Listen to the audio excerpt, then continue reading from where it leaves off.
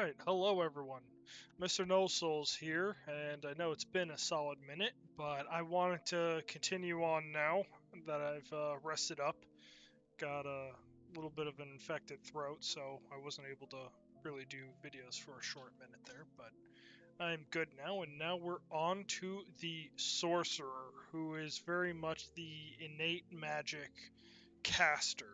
These are people that have draconic blood or fey origins or some kind of druidic background. They can have magic with a lot of different flavors involved.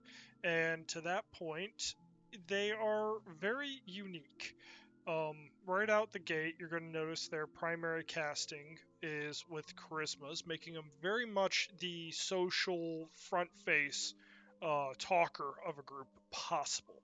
Not always are they going to want to, because you can cross class with them, and I'll kind of explain why there's quite a few options that you might want to consider it. But the hit point die with them is relatively low, only being a d6. They also have saving throw proficiencies in Constitution and Charisma, which, again, that's their primary caster. Constitution is good to just make them a little bit more resilient and survivable because they are particularly low.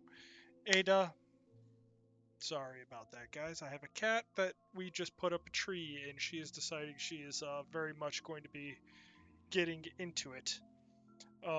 Skill proficiencies. You get to choose two of a relatively small list, that being Arcane, Deception, Insight, Intimidation, Persuasion, and Religion. You only get two of them, but it's a decent lineup. Not going to be particularly frontline focused, but good for doing a lot of the conversation magic portions. Weapon proficiencies is going to be simple weapons. Your armor training, you have none. So, straight out, your monk and your barbarian would be very good to cross class with because you'd have that natural armor, and you already aren't worried about having any armor because you can't have any. So, really easy cross class option right there. Then you get to choose between the two sets, either some items and a little bit of gold, or just straight take the gold. And note, it's relatively low, only 50 gold pieces. That is pretty low. But you get a spear, two daggers, your arcane focus, which again can be crystal orbs, rods, staves, quarterstaff, or wands. But by default, it will be a crystal. You also get a Dungeoneer's pack, which will give you that backpack, caltrops, crowbar, 2 flasks of oil, 10 days of rations, rope, tinderbox, 10 torches, and a water skin. Finally, you get that nice 28 gold pieces, which honestly, all things said and done, I think the valuation is pretty good. You might want to consider taking A just for expediency, because you really aren't going to have that much to play with. Uh, but we'll get into it a little more. 50 gold isn't terrible. Now, right here, just quick thing to note, family history. It is in your blood. Who is your parents is generally pretty important. Sometimes your magic just crops up randomly and has no real reason, but most often there's a lineage, and that's where your magical power is coming from. Now, level 1 characters, you get the core sorcerer's trait table and features. And should you choose to multi-class into sorcerer, you gain their hit dies when you level up with them. You get their level 1 features, which are listed in the feature table, and then you get to go through the standard multi-classing. So, very straightforward. You get really nothing from them if you multi-class into them. But you do gain their magic, which is actually quite strong, especially this time around. These sorcery points are quite interesting in their use with meta magic, which is the primary reason most people choose to play as a sorcerer. Their strength of being able to manipulate their spells and do extra effects like extending the duration or range or make them hit harder or have extra effects or elements, they're all really powerful abilities. Now, It's a decently dense list, and you can see all the way at the end they get 22 known spells, and they do get a level 9 spell, and they get their first level 9 spell at 17. That's pretty good. That is pretty good, and I'm going to show you why later on, but just note, this is a true casting class. It's not as dense as some of the other ones on the looks, but don't be fooled. This thing is not just long, it's wide too. It can really be a showstopper. You get your spellcasting level 1, of course. You get your cantrip, of which you get 4 right out the gate. And then you get an additional one at level 4 and 10. Your spell slots you regain only on long rest, so note that is important. You're only gaining spells on long rest. You're not getting anything for short rests, not even one spell slot back. Very important to remember. Prepared spells, level 1. You can choose 2 level 1 spells right out the gate. They increase when you level up, as shown in the prepared spells column. You can choose additional spells under the number of spell slots the list match. Your chosen spells must be at the level of which you have a spell slot for. For example, of level 3 sorcerer, you can prepare spells that can include 6 sorcerer spells at level 1 or 2 in any combination. If any other sorcerer feature gives you spells that you always have prepared, they don't count against your number. So, that's nice. Changing your prepared spells. Whenever you gain a sorcerer level, you can replace one spell on your list with another sorcerer spell. That is brutal for a caster. But for that cost, you get a lot of flexibility with the spells that you have, but it means you really need to think about what spells you're going to be learning, because it is extremely difficult to swap them out, because you can only do one per level. So you need to be really careful with what you're picking. Ability casting modifier, charisma.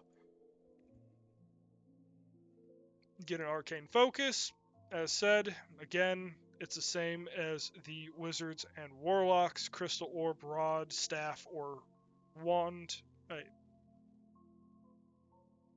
Did I double say? But doesn't matter. You know what I mean. Okay, now on to the fun stuff. At level 1, you get innate sorcery. And that is, you have some mark on you that is infused with shimmering magic. Whenever you use a bonus action, for 1 minute you can gain the effects of spell save DCs of your sorcerer increased by 1, which is nice. For Fireball, it's 1 point harder. That's pretty good.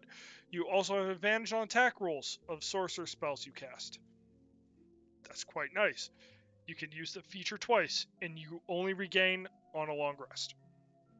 That's pretty strong. It's not phenomenal, but it is respectable. At level 2, you gain Font of Magic. You can tap into the wellspring of magic within yourself. These are your sorcery points that I mentioned. You have 2 sorcery points. You gain more as you reach higher levels, as shown in the sorcery point column in the sorcery feature table. You can't have more sorcery points than the number shown on the table for your level. You regain all expended sorcery points when you finish a long rest. You can use your sorcery points to fuel the options below, along with other features such as meta magic that use those points. You can also convert them into sorcery, you can convert spell slots into sorcery points, and when you do that, you're going to be looking at this. So, as a bonus action, you transform unexpended sorcery points to spell slots, creating those slots at specific cost. You can only go up to level 5 in creating spell slots, which isn't terrible. Here's the table that you can read. For a level 1 spell, it costs 2 sorcery points. You have to be level 2 to do it. For level 2 spell slots, you have to be level 3. It costs 3. For a level 3, level 3 spell slot, yeah. It is 5 now. You have to be level 5. For a level 4 spell slot, you need to consume 6 and be level 7. And then at level 5 spell slot costs 7 points and can only be done at level 9 or above. Easy way to remember this is as long as you meet the level threshold. That's 3, that's 4. So this column's always going up by one additional one than the previous, and this column is just a flat 2 after you get past this. So 2, 2, 2, this is 3, and then that's going to be 2 here, that's 3 more, that's 4 more. Okay. So, Meta Magic, level 2. These are meta magic options. These are special abilities that you can give your spells that consume those sorcery points that we were talking about. Granted, right out the gate, you only get to pick 2 of them. Later on, you can gain more of them. Whenever you gain a sorcery level, you can replace one of the you can replace one of your meta magic options that you don't know, and you can gain 2 more options for sorcery levels at level 10 and again at level 17. So total, you can have up to 6, but there's a really big catch. Whenever you gain sorcery levels, you get to replace one of them. So again, you have to think very long and hard before you choose one of these meta magic options that is going to want to have strong synergy with a set of spells that you're picking. So these two things are going to be dependent on each other. Your spells and your meta magic should play together very well if you want to be a strong caster. Now, level 3, you get the Sorcerer subclass. We're going to go into that later. Level 4, standard, you're going to get an ability score improvement, and then again at 8, 12, and 16, which is nice. At level 5, you get something that will allow you to stay in the fight a little longer, in which, when you finish a short rest, you regain expended sorcery points, but no more than a number equal to half your sorcerer level rounded down. Once you use this feature, you can't do so again until a long rest. So you can convert this over into spell slots. It's a nice way to keep yourself topped up and not in extreme trouble. Only can use it once, but hey, it's better than nothing. At level 7, you get Sorcery Incarnate when you have no uses of innate sorcery left, which is your tier 1 spell that you get, or bonus that you get. You can use 2 sorcery points whenever you take a bonus action to activate it. That's pretty nice. Can give yourself advantage and a +1 to the DC on it. On top of that, though, whenever you use this feature, you then can use up to 2 of your meta magic options on each spell you cast. So immediately you now have the ability to use meta magic for no sorcery points. That's pretty good. So not much after level 7. You have to go all the way to level 19 to get an epic boon. Level 20, you get Arcane Apotheosis. When you use innate sorcery feature, you can use one meta magic option on each of your turns without spending sorcery points on it. So this makes it entirely free. This just makes sure you always have it available. So that's nice. Meta magic options, they're going to be all in here. I'm not going to read through all of them. It is a very long list. There's a lot of considerations.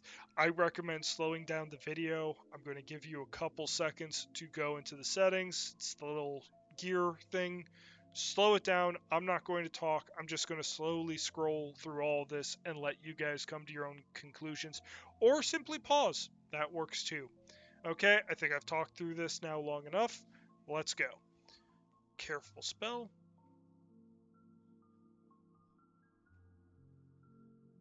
distance spell.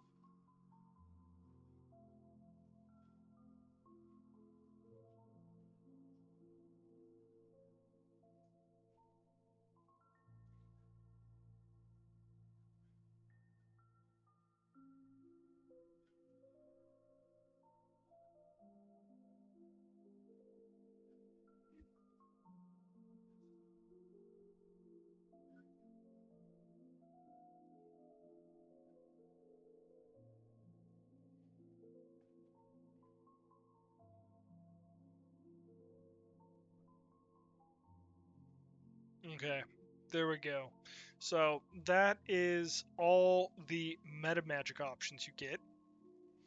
Now, this is the Sorcerer spell list, and these are all the spells that you gain access to.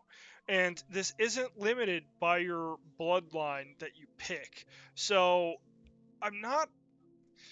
I have mixed feelings on this. It is nice to have all these options, but I feel like thematically it gives a lot of things, and as a player really wants to stick with their themes, I don't feel like it's as strong, but it is kind of nice. So we'll see how this is. These are all your cantrips.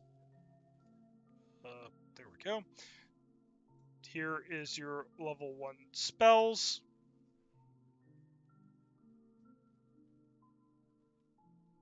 Level 2 spells. This is a very dense list, which is nice to see. A lot of good options for utility and offense. There's a level 3 Sorcerer.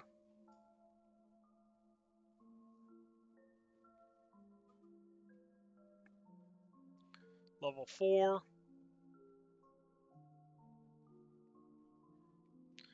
Level 5. Level 6. 7. Also, I just want to point out a personal favorite of mine. Level 8.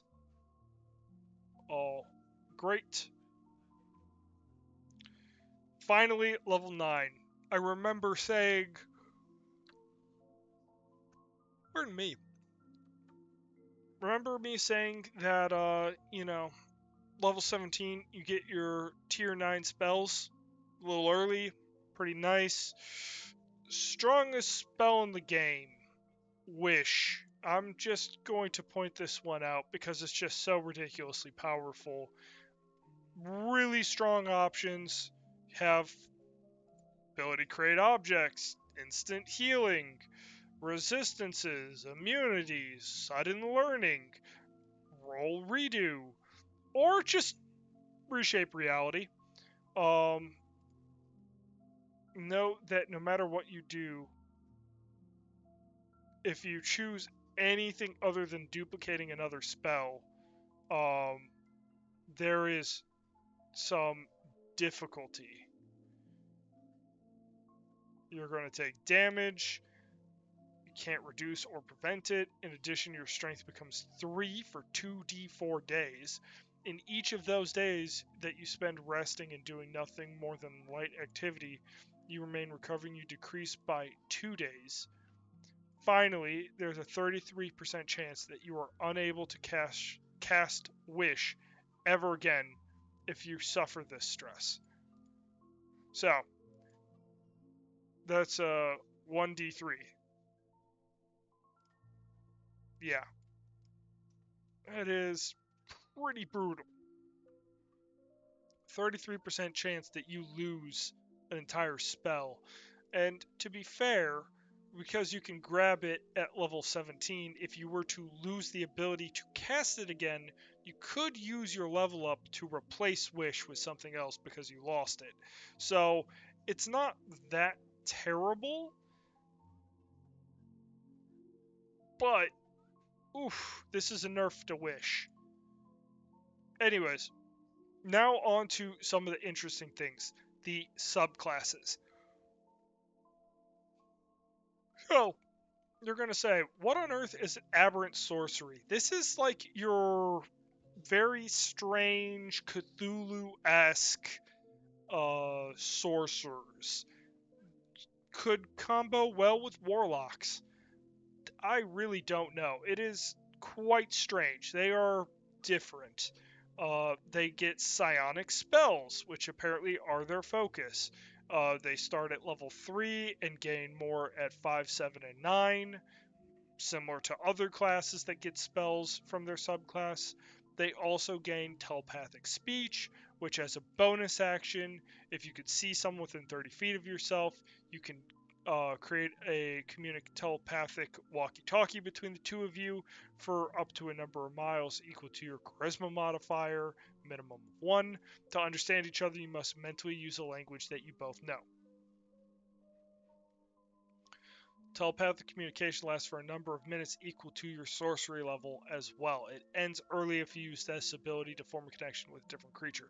Note, you can just keep casting this over and over and over again as long as the target's in 30 feet of you. It does consume a bonus action, but hey, you're able to talk to people no problem. Level 6, Psionic Sorcery. You can cast the level 1 spell from your Psionic spell feature, and you can expend a spell slot as normal. If you do this, you can cast the spell using those sorcery points with no verbal or semantic components, and it requires no material components unless they are consumed by the spell or have a cost specific to it. Yeah, so pretty much you can just cast things dead silently. That's pretty nice. Level 6, Psychic Defense. So you get sorcery buff and a defense buff, and you get resistance to psychic damage and have advantage on saving throws to avoid or end the charm or frightened condition. Both pretty good. At level 14, you get Revelation in Flesh. You can become some special type of aberration using a bonus action and 1 sorcery point or more. You can alter your body for 10 minutes, and for each sorcery point you expend, you gain one of the following benefits, which is aquatic buff, swim speed equal to twice your normal speed. You also gain the ability to breathe underwater and have gills growing from your neck or flaring behind your ears. Your fingers are also webbed, or your growing, wiggling cilia, which are the little flagellants on the side of things sometimes. Now, glistening flight. You gain fly speed equal to your speed, and you can hover. As you fly, your skin glistens with mucus or otherworldly light, aka some kind of like mind flayer sort of thing. You're squid flying boy. You also can get the ability to see invisible creatures within 60 feet of yourself that are not in total cover. Your eyes then turn black, or you become writhing sensory tendrils. Worm-like movement. Your body, along with your equipment you carry, or carrying items, become slimy and palleable. You can move through any space as narrow as 1 inch, and you can spend 5 feet of movement to escape from non-magical restraints or the grapple conditioned. AKA, you're impossible to pin down. You're like, what is it, flubber or whatever? The goop thing that can just bounce around and everything. Very interesting. This is quite interesting at level 14. At level 18, you get Warping Implosion. As a magic action, you can teleport to an unoccupied space you can see 120 feet from yourself. Immediately after you disappear, everything within 30 feet of where you just left has to make a strength saving throw against your spell DC. On a failed save, the creature takes 3d10 force damage, so maximum of 30, minimum of 3, and is pulled straight towards the space you left, ending in an unoccupied space or as close to your former space as possible. On a successful save, the creature takes half as much damage. Once you use this feature, you can't do so again until you finish a long rest or you spend 5 sorcery points, with no action requiring it, to restore it. AKA, you effectively gain like a teleport with extra flair. That's pretty nice. Another flavor, which is a little bit different, is the Clockwork Sorcery. Channel cosmic forces of order. You get the ability to pretty much become an arbiter of neutrality. Like everything is like involving the clockwork plane, which is like literally the plane of order. It's mechanical. To that end, like all of their spell groups, you get a bunch of spells. Starting at level 3, get more 5, 7, and 9. In addition, consult the manifestation of order table and choose a randomly determined ways you're connecting to the you're connecting to the order of, the manifestation of order. Jeez, why on earth am I having so much difficulty talking right now? 1d6 manifestation. You get spectral cogwheels hovering behind you. Your eyes become spinning clocks. Your skin glows with a brassy sheen. You have floating equations and geometric objects overlaying your body. Your spellcasting focus temporarily takes the form of a tiny clockwork mechanism, which I think is pretty cool. And then also, this one's pretty cool. The ticking of gears or ringing of a clock can be heard by you and those affected by your magic, which I have mixed feelings on if you want to be sneaky, but thematically, that could be really cool. Also, at level 3, you gain Restore Balance. You connect to the plane of absolute order, allows you to equalize chaotic movements.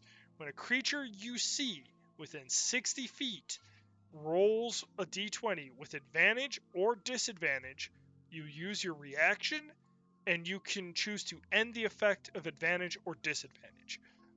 So they effectively just roll as normal, friend or foe. You can use this feature a number of times equal to your charisma modifier with a minimum of 1, and you regain all expended uses on long rest. So, a little limited, but quite useful in a pinch. At level 6, you gain Bastion of Law. You can tap into the grand equation of existence to imbue a creature with a shimmering shield of order, which is an action of magic. Spend 1 to 5 sorcery points to create a magical ward around you or another creature you see within 30 feet of yourself. The ward is represented by a number of d8s equal to the sorcery points you spent. So, give them up to 5 d8s to create it. And when the ward creature takes damage, it can expend a number of those dice. So, it could expend all 5 dice if it wanted, roll them, and reduce the damage taken by the total rolled on those dice. So minimum, if you were to give them 8 dice, they would have a minimum of 8, and then it would be, it would be a minimum of 5. Not a minimum of 8. What am I saying? 40 would be the max. It's not bad. Level 14, Trance of Order. You gain the ability to align your consciousness with the endless calculations of Mechanus. As a bonus action, you can enter the state for 1 minute. For the duration, attack rolls against you can't benefit from advantage. That's nice. Whenever you make a d20 test, you can treat a roll lower than 9 as a 10. 9 or lower as a 10. Once you use this feature, you can't use it again until you finish a long rest. Or 5 sorcery points. That's not bad. That's not bad at all to pretty much be able to take a 10. Level 18, Clockwork Cavalcade. You momentarily summon spirits of order to expunge disorder around you. You use a magic action to summon these spirits in a 30-foot cube, so wall to wall, 60 feet. The spirits look like modrons or constructs of your choice. The spirits are intangible and invulnerable. They create the effects below within the cube before vanishing. Once you use this action, you can't use it again until you finish a long rest, or you spend 7 sorcery points. One of the strongest heals. outside of being like a more dedicated healer. 100 hit points divided by as many creatures of your choice inside of that 60-foot wall-to-wall box. 30-foot radius or eminence, because it's a cube. Repair any damaged objects entirely in the cube instantly. That's great. Which means if you had like a small train car that was damaged and you're in it, and you're like, you know what? I don't want this train car to explode. Boom. Fix it. Dispel every spell of level 7 or lower on creatures and objects of your choice, so no limit, are just dispelled. Insanely powerful. That is insanely powerful. And granted, you only get to choose one, I believe.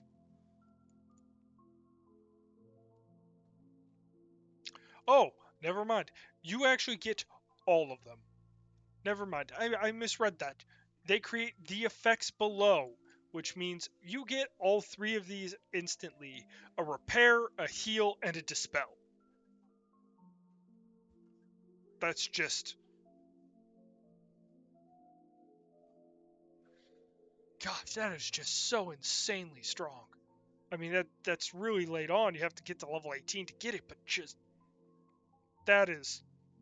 Wow. Just wow. Now, Draconic Sorcery, this is the one everyone wants to get because, I mean, who doesn't want to be a dragon? It's Dungeons and Dragons, not dungeons and gnomes. Nothing against the gnome folk.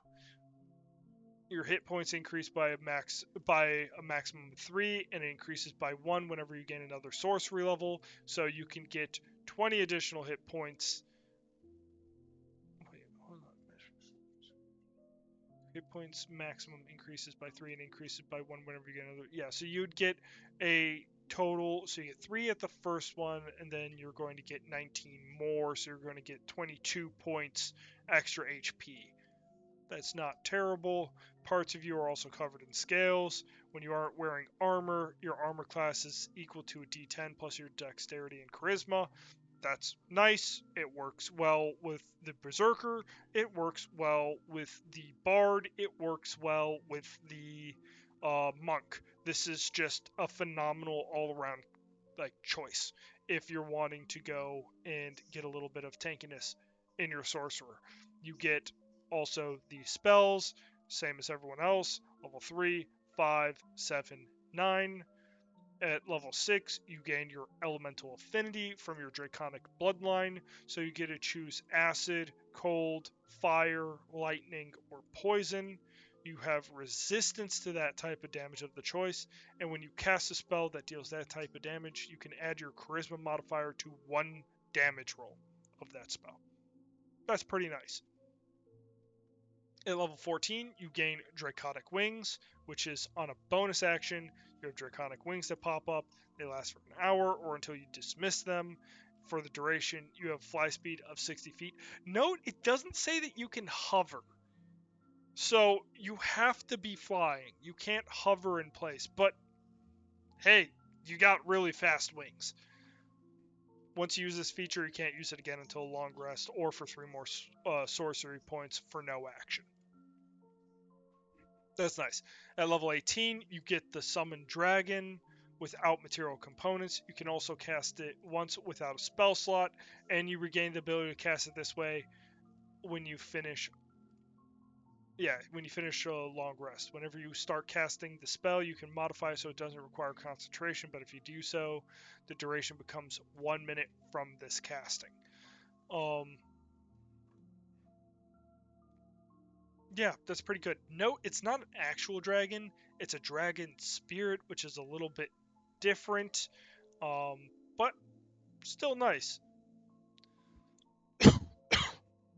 Now, one of the strangest ones, but absolutely hilarious, wild magic sorcery.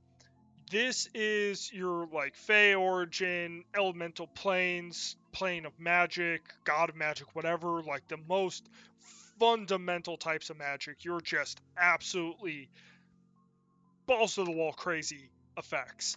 Um, this is where you're really getting the like jackpot lottery wheel like feast or famine bonuses. You're going to have a lot of really special effects. Level 3 Wild Magic Surge. Your spell casting can unleash surges of untamed magic. Once per turn, you can roll 1d20 immediately after you cast a sorcery spell with a spell slot. If you roll a d20, if you roll a 20 on the d20, you get your Wild Magic Surge. The magical effect of the spell is too wild to be affected by your meta magic. So, effectively, it's something bonus to your spells. It's not meta magic. You can still use your meta magic on all other spells, but if you use this Wild Magic Surge because you've chosen to take this risk, um, yeah, you can't double up on it with meta magic. Now, you also are getting Tides of Chaos. You can manipulate chaos yourself and give yourself advantage on a d20 test before you roll the d20. So, take this test, also give yourself advantage on it. Once you do so, you must cast a Sorcerer spell with a spell slot or finish a long rest before you can use this feature again. Technically speaking, from the way I read this, you consume this, like you cast a spell. No, actually, yeah, right there I just actually put it. You can't go and pop this before you actually are casting your spell. So you always have to have cast another spell previously and then have it available for the next one. But, eh, you mostly always have this up. You're always able to be chaotic and get that advantage. As long as you're using it on your spells for this roll table, you have a better than nothing shot of getting something eventually. Level 6, you can bend your luck, so you have the ability to twist fate with your magic. Immediately after another creature you see rolls a d20 for a d20 test, you can take a reaction, spend one sorcery point, and roll a d4, and you can choose as a penalty or a bonus to their roll. That's pretty nice. Just thumb on the scale. Level 14, you get Controlled Chaos. You get a modicum of control over the surges of wild magic. Whenever you roll a wild magic surge table, you can roll twice and use either number, which can be quite nice. And then at level 18, you get to Tame the Surges, which is whenever you cast a sorcery spell with a spell slot, you create an effect of your choice of wild magic from the surge table. You choose any of the effects on the table except for the final row. And if the chosen effect involves a roll, you must take it. Once you use this feature, you can't do so until a long rest. But that's pretty nice because you're effectively able to just choose an effect whenever you want, except the final one. Now, this is a massive table.